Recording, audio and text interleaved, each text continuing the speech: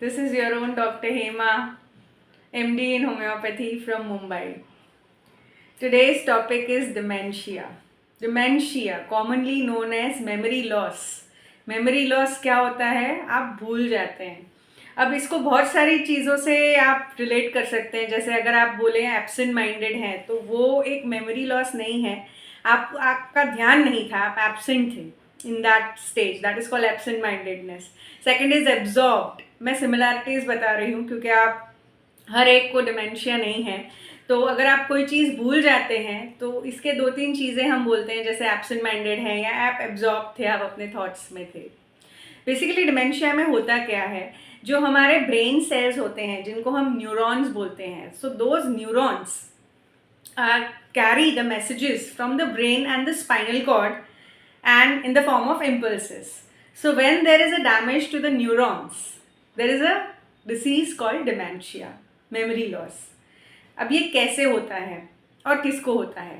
तो ये नॉर्मली अगर हम कहें पार्किंसंस, अल्जाइमर्स, तो ये सब एक 65 प्लस मतलब एल्डरली को होता है. लेकिन अगर वो बिफोर 65 ईयर्स होता है तो हम इसको बोलते हैं मेमोरी लॉस. और ये क्यों हो रहा है? तो इसके वेरियस कॉजेज़ है. पहले तो बहुत ही सिंपल कॉज है जो आपको डायग्नोस करना चाहिए. जैसे कोई डेफिशिएंसी से तो आप नहीं सफ़र कर रहे हैं, जैसे विटामिन B12 डेफिशिएंसी हो सकता है, कोई लिवर डिसऑर्डर्स है, और also you can do a brain scan like जहाँ आपको पता चलता है कि आपके ब्रेन में कोई ट्यूमर है या that is because of some haematoma और सम वैस्कुलर डिसऑर्डर्स. तो this are basic things which you need to check. कोई डेफिशिएंसी की वजह से आपको ये हो रहा है या नहीं हो रहा है. एंड द सिम्टम्स, इसमें आपको कैसे पता चलेगा कि आपको डिमेंशिया है?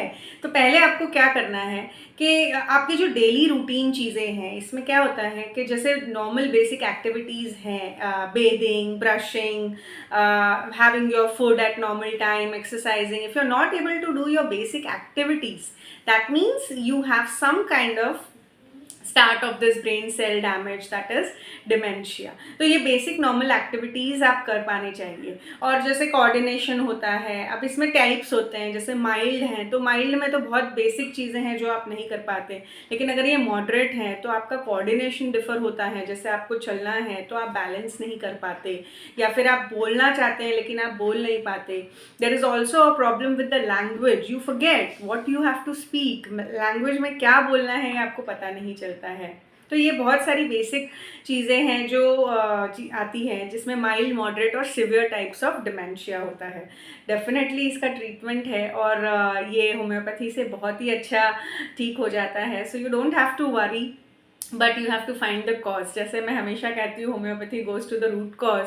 सो it is very important that we find the cause कि हमें ये क्यों हो रहा है और हम इसे कैसे बाहर निकलें. अगर ये एज रिलेटेड भी है, अगर आप 65 प्लस हैं और अगर आप ये चीज़ें कर रहे हैं जिसमें आपको ऐसा लग रहा है कि आप भूल जा रहे हैं, जैसे बहुत सारे लोग सिवियर में तो ऐसा होता है कि फैमिली मेम्बर्स को भूल जाते हैं, उन्हें पता नहीं होता वो कहाँ जा रहे हैं, क्यों जा रहे हैं.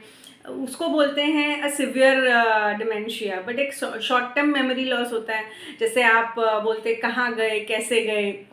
अब थोड़े एग्जाम्पल्स तो हमारे मूवीज़ में भी बताते हैं. जैसे गजनी करके जो मूवी आया था, उसमें आपको पता है कैसे वो रिमेंबर करता था. तो वैसे ही बहुत सारे वेज हैं जिसमें आप एक पेपर में लिख सकते हैं, उनको नॉर्मल एक्टिविटीज़ बता सकते हैं. यू कैन हेल्प देम मॉनिटरली कि मेडिसिन तो आपको लेना ही है होम्योपैथी, लेकिन आप उसको बता सकते हैं कि उनके ये डेली रूटीन्स है. You can write them up and give them.